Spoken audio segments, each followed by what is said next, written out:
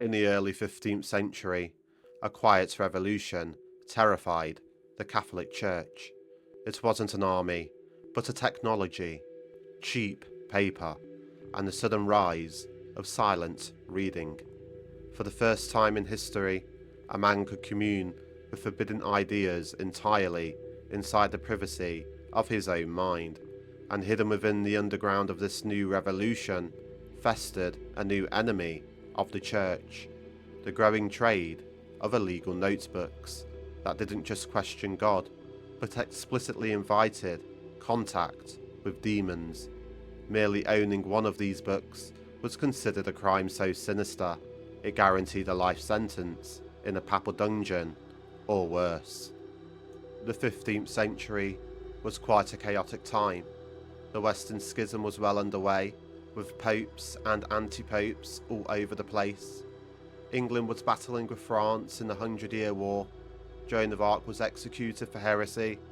Johannes Gutenberg invented the printing press, and the Ottoman Empire was banging at the door of Constantinople.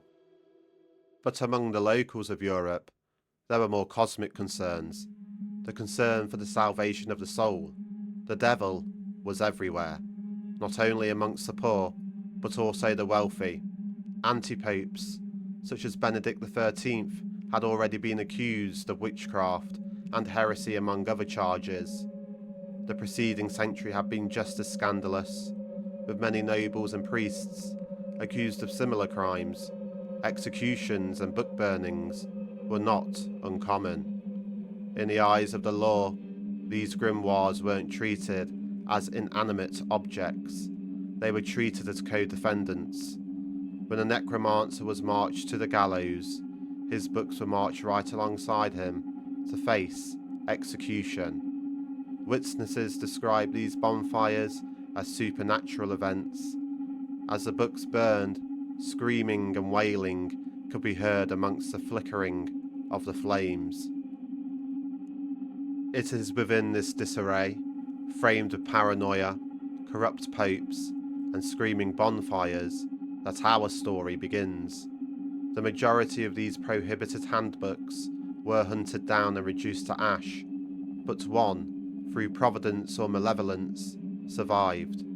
A manual written not by a traditional witch or an ancient sorcerer, but by the very men who were supposed to be fighting against the devil.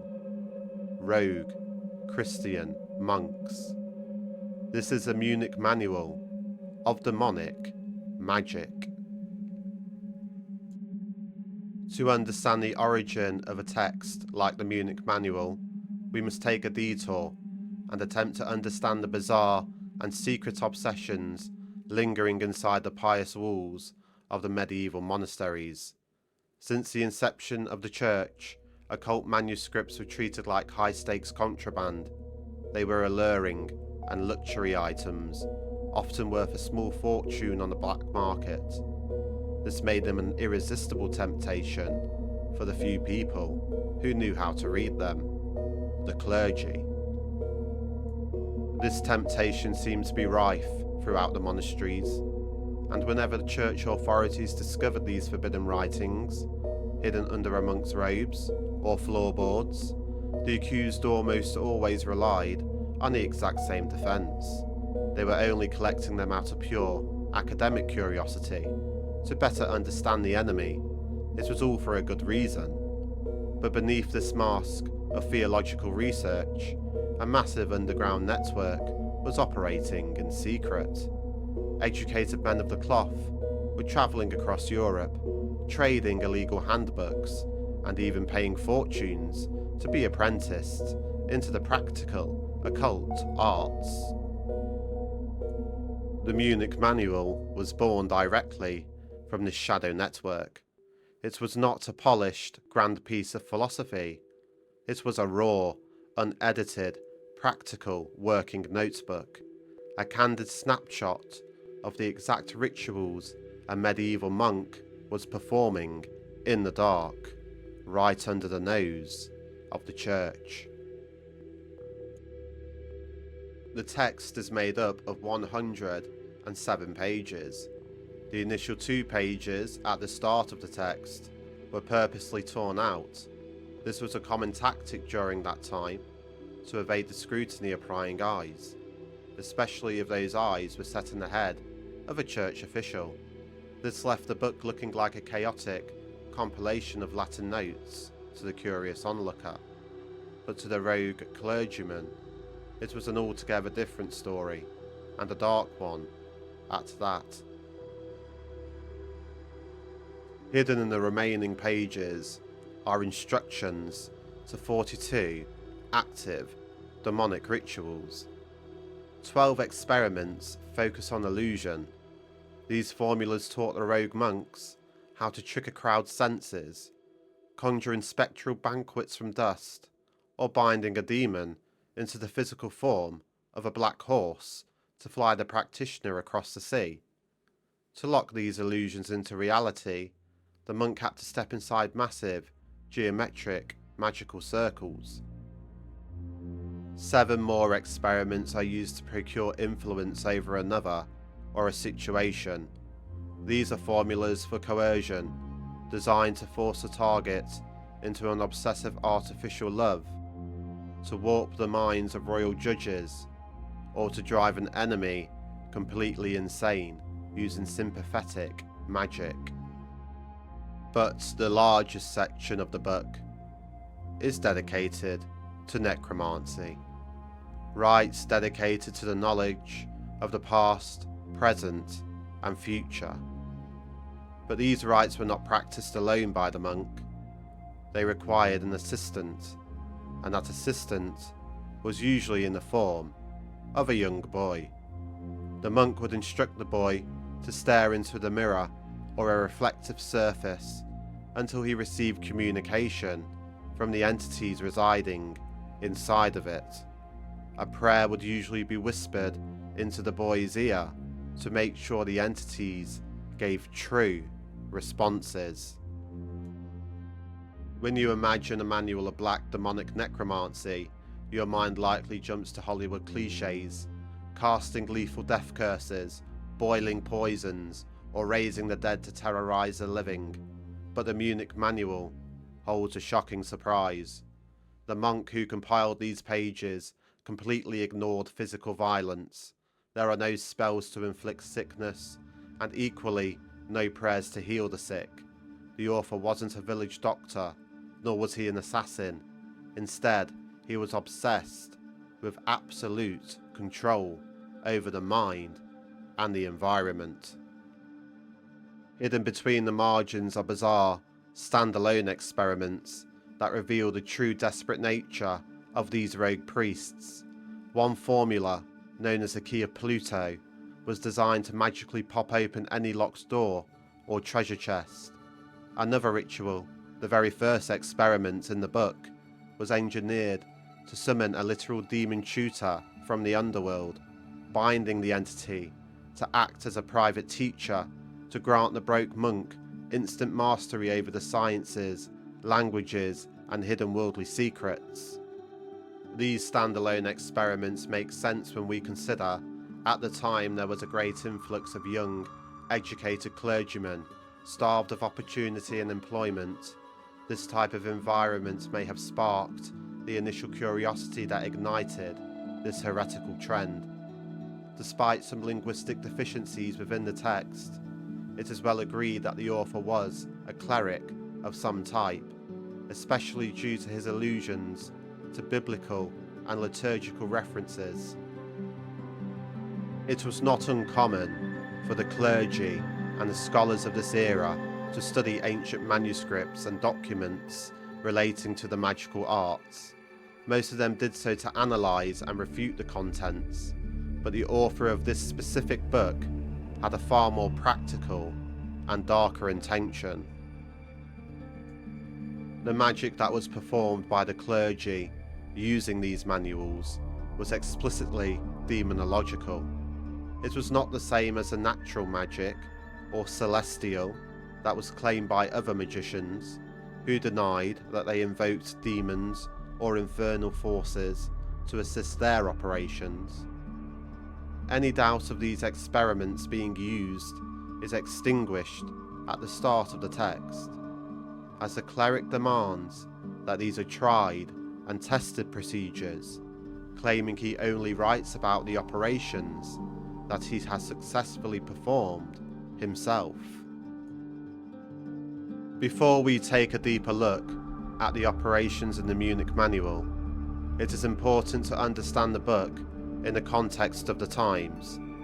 Witchcraft and magic was considered to be a common and very real occurrence throughout the general populace and the ruling authorities of Western Europe and further afield during this time and era. Superstition and paranoia was rife. Christianity and the Church held great sway and impression upon the populace, and the belief in the devil and demons was very literal and loomed over the everyday lives of the people. With that in mind, the word necromancy here is not to be thoroughly compared with the common modern day usage of the same term. That is, a communication and interaction with the spirits of the dead. The spirits of the dead, ex-incarnate humans, could not be conjured or communicated with.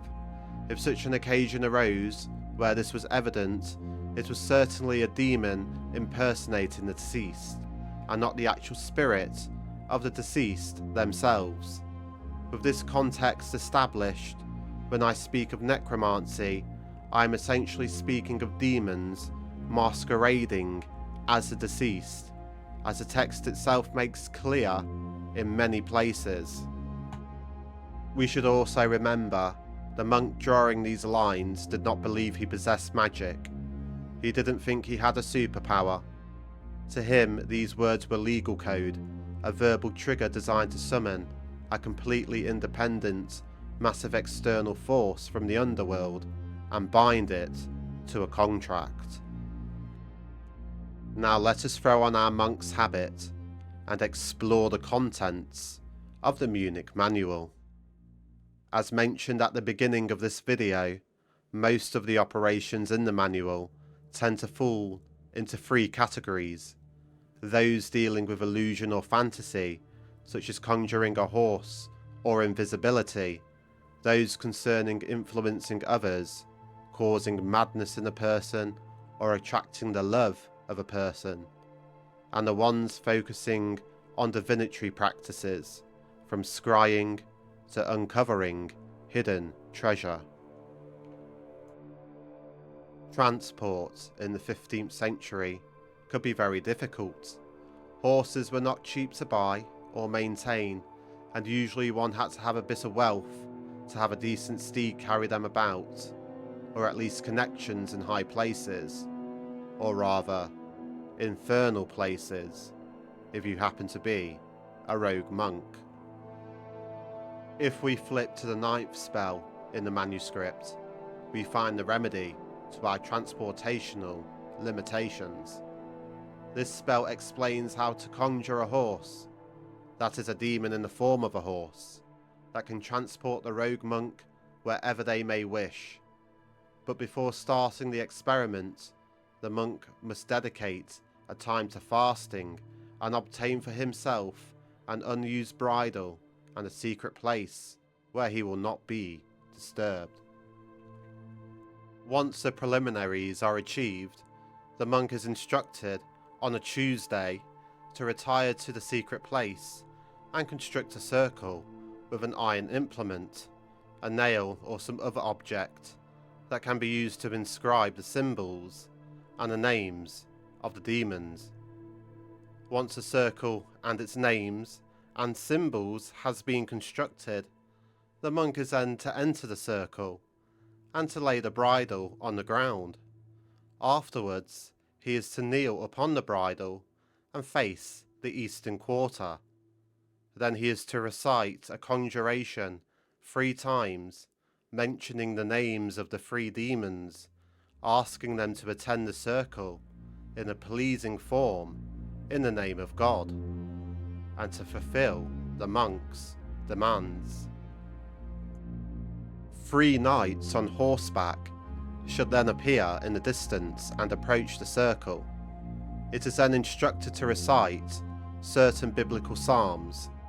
The knights will not enter the circle, but will dismount at its perimeter and greet the monk, who will then greet them in return.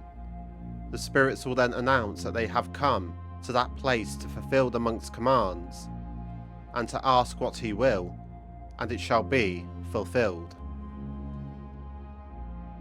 You are then to present the bridle before the free spirits and ask them to consecrate it, so that when you shake the bridle, a horse shall appear, and upon placing the bridle upon the horse's head and its mouth, it will take you anywhere you desire without harm. At this point, the spectral knight will ask for the bridle and instruct you to return within 3 days. They will then mount their horses once again and disappear. The text then instructs that the monk should erase the circle and the names therein, and on the evening of the 3rd day the monk shall encounter the same 3 knights, and they shall hand him back the bridle, and the monk will then announce that they cannot depart in the name of God until he gives them license to do so. The monk then instructs that the bridle should be shaken, and a black horse should then appear at once, and the bridle then should be placed upon the horse, and the horse should be mounted and ridden. Once satisfied, the conjurer is to dismount and remove the bridle. Then, speaking again to the demonic knights, the conjurer is to compel them by God to swear an oath that when the bridle is shaken and the names chanted, the horse will return to the conjurer. The knights will comply, and you can give them permission to leave. After they have left, it is safe to erase the circle and depart yourself. Anytime you wish to summon the horse, simply shake the bridle and chant the demonic names, then simply place the bridle on the horse and ride wherever you wish. The horse has great speed and you can never fall off. As much as we can gather here, the demonic spirits took the bridle and consecrated it. That is, they likely attached a demon to it that takes the shape of a horse. It is noted that the bridle should not be able to break because of this consecration. This is quite a lengthy ritual with many parts, and it should also be noted that the bridle does not have to be a generic bridle, but a thin string or something similar is better, so that the monk can carry this on their person with ease. There are other spells in the manuscript in reference to transportation, including the conjuration of a boat and various other methods of summoning a horse, and even a throne to carry the rogue monk through the air. Let's have a look at one more of these illusory spells, one of a darker and more deceptive type. Spell number 10 allows a necromantic monk to dabble with mortality, to cause a dead person to seem alive, and a live person to appear as dead. The spell requires a golden ring with 6 demonic names engraved upon it, 3 names on the inside and 3 on the outside. Once this has been completed, the monk then instructs that the conjurer wakes before sunrise on a Sunday and takes a ring and places it within running water and allows it to stay there for a further 5 days. Upon collecting the ring on day 6, they are to take the ring and place it in a tomb or a place for the dead, and it should remain there for a further 2 days and then be retrieved on the 3rd day before sunrise. This would be a Sunday. Once retrieved, the conjurer must find a place that is secluded and there make a circle with a sword and also write the names and the signs that are given within the text. The conjurer must then enter the circle, and laying the sword under his knees, he must face the south and then kneel and speak a conjuration invoking the demons and asking them to make it so that when the ring is placed upon the hand of a deceased, one of the demons will enter into the body and make it appear as if that person was alive. At this point, the monk declares that 6 spirits shall appear, and they will request the ring held by the conjurer. After the ring has been handed over, the demons will then disappear, and the conjurer should then take his sword and leave the circle. The circle must stay intact and undisturbed. That is why it must be in a secluded place. As 6 days later, the conjurer is told to return to that circle and again conjure the spirits as before in each direction, starting in the south and ending in the east. A spirit on horseback will then be seen approaching the circle. This will be a representative of the 6 demons. He will make an excuse that the demons cannot present themselves and have sent him to return the ring on their behalf, and that the ring has been duly consecrated in the manner in which it was requested. Then the monk suggests giving license to depart, and thanks to the representative and to the demons. It is then appropriate to exit the circle and destroy the circle, and then retire away from that place with the ring. The ring is then to be kept in a white cloth. Its uses are, when placed on the finger of a person who is alive, it will cause them to seem devoid of life until it is removed. If placed on the finger of a deceased, it will allow one of the 6 demons to enter the person for a day. Each one can enter only for 1 day and make the deceased appear as if he was alive. This can be continued then for 6 days at most. Once the ring has been removed, the demon shall exit and the person will return to their deceased state. This spell is one of the most blatant forms of necromancy in the manual. It requires a lengthy and protracted ritual and demonic possession of a body. Why the monks would want to do this is anybody's guess, as they would certainly recognise this deceptive resurrection as a lying wonder. Love spells are quite common in the manual, one of the many spells to influence another person. These types seem to incorporate astrological correspondences more so than any other spells in the manual. Let's take a look at one example. Spell number 12. The spell is to be performed on a Thursday or a Sunday during the hours of either Venus or Jupiter.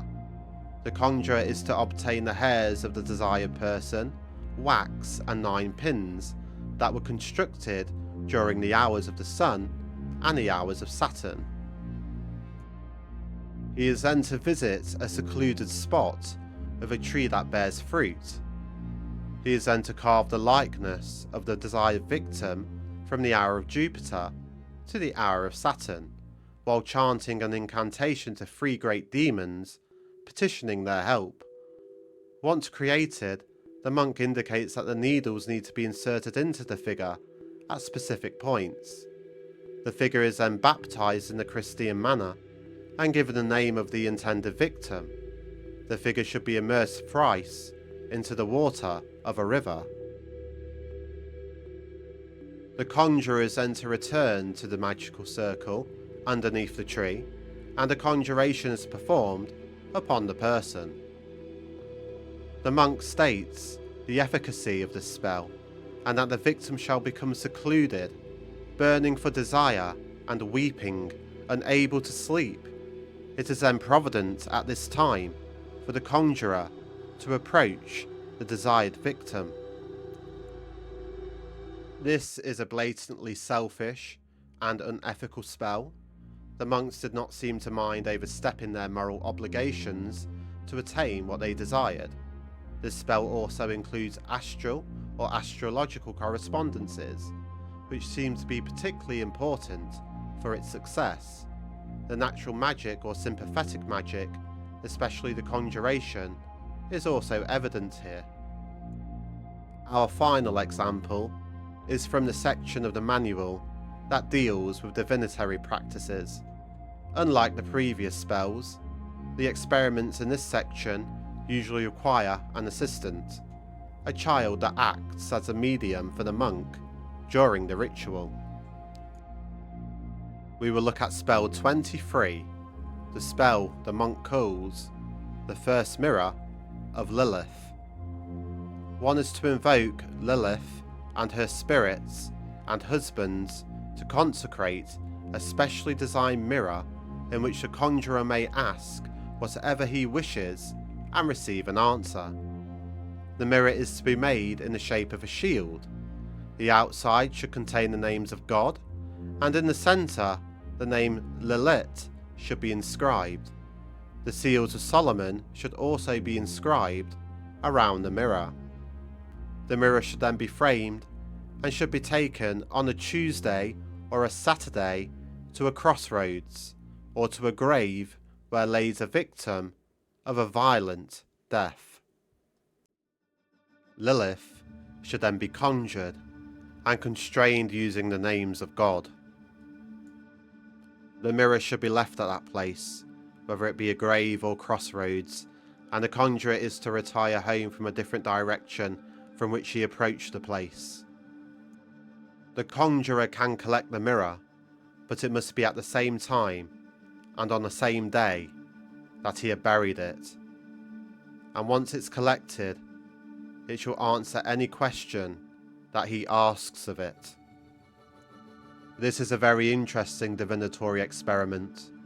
There is an obvious indication of Jewish and again astral correspondences here, with the figure of Lilith being invoked, and of course the timings and the dates. These are just a few of the operations included within the Munich Manual, but they give us a rare insight into the minds of the clergy and the general population of the time. That a lot of these spells seem to compel these demonic spirits by the name of God, and through his power may indicate that these rogue monks did not imagine much conflict with their practices and their religion. The demons were being used at the direction of the monk, but still within their nature rather than in conflict with it. The monks naturally were convinced not of their own prominence to control spirits, but on the providence of God and their position as an acolyte, as evidenced in their insistence that one should fast and be morally observant prior to many of the operations being performed. Piety to demonic evocation may seem odd to us in our modern era, but it seems sensible to the rogue monks. As one reads further into the Munich Manual, they notice a distinct attitude change within the writing style. Initially it was helpful and friendly, full of tips and anecdotes in the early entries. The monk's character then becomes more vague and almost cold in the latter half of the manual. The reason for this change is unclear, but it does beg the question, how much effect did performing these demonic spells have upon the operator? There is also a clear irony that must be touched upon here. The church during the 15th century started to become increasingly paranoid. Although they were not hunting peasants in the woods just yet, the Inquisition was active and forming into a force increasing in their brutality. They did, to a degree, hunt their own, that is monks and rogue clerics, but as we have seen, any transgression was usually dealt with in-house by the abbot, and the punishments, at least for the monks, were not as tragic as for the later village folk of the Middle Ages. Finding that their own clergy was lacking, the inquisitors may have presumed that if the elect can be turned, then it must be that the ordinary folk, the wise village woman, the midwife and the outcast, must be drowning in the demoniacal. And it was their vocation to prevent the tempest of sin whipped up by the devil to claim any more souls, and they aim to do just that with zealous impunity. The very crimes that the monks themselves were guilty of may have triggered mass burnings and executions of thousands of men and women. I hope you enjoyed that sojourn through the Munich Manual. If you'd like to learn more, I've included some book recommendations at the end of this video. This has been the Arcane Lantern. Until next time, keep your light burning.